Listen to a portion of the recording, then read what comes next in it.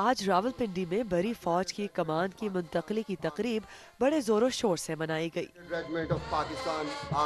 اس کی ایک وجہ یہ بھی ہے کہ گزشتہ 20 برسوں میں یہ پہلا موقع ہے کہ کسی جنرل نے اپنی ملازمت کی آئینی مدت پوری کرنے کے بعد وقت پر گھر جانے کا فیصلہ کیا ہو۔ ماضی میں فوجی سربراہان کی جانب سے پاکستان کے سیاسی عمل میں دخل اندازی کے باعث اس عہدے کو غیر معمولی حیثیت حاصل ہے۔ اسی لیے اب ناقدین کی نظریں نئے جنرل قمر جاوید باجوہ پر لگی ہیں، جنہیں آج باقاعدہ طور پر فوج کی کمان سونپ دی گئی ہے۔ قمر جاوید باجوہ وقت کا تقاضا ہے کہ پوری قوم اور ادارے یکسوئی کے ساتھ صورتحال کا ادراک کریں۔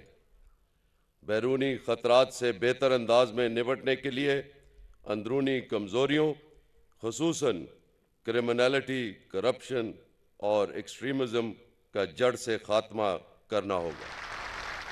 جاتے جاتے بھی جنرل راحیل شریف نے کرپشن کے خاتمے کی بات کی، جسے بیشتر ماہرین عوام سے متعلق پالیسی میں دخل اندازی قرار دیتے ہیں۔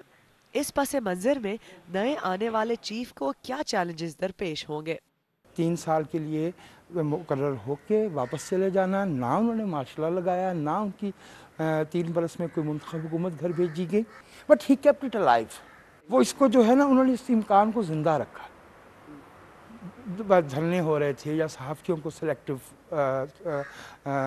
خوف زدہ کیا جا رہا تھا، یا جو ہے وہ دہشت گردی کی واقعے کی مذمت کی جاتی تھی، دہشت گردی کے فلسفے کی مذمت نہیں کی جاتی تھی، اور جو دہشت گردی کے فلسفے کی تائید کرنے والے تھے انہیں کوئی خطرہ نہیں تھا، انہیں فری ہینڈ دیا ہوتا۔ وہ ان 3 پہ کس طرح بلڈ کرتے ہیں یہ دیکھنا پڑے گا۔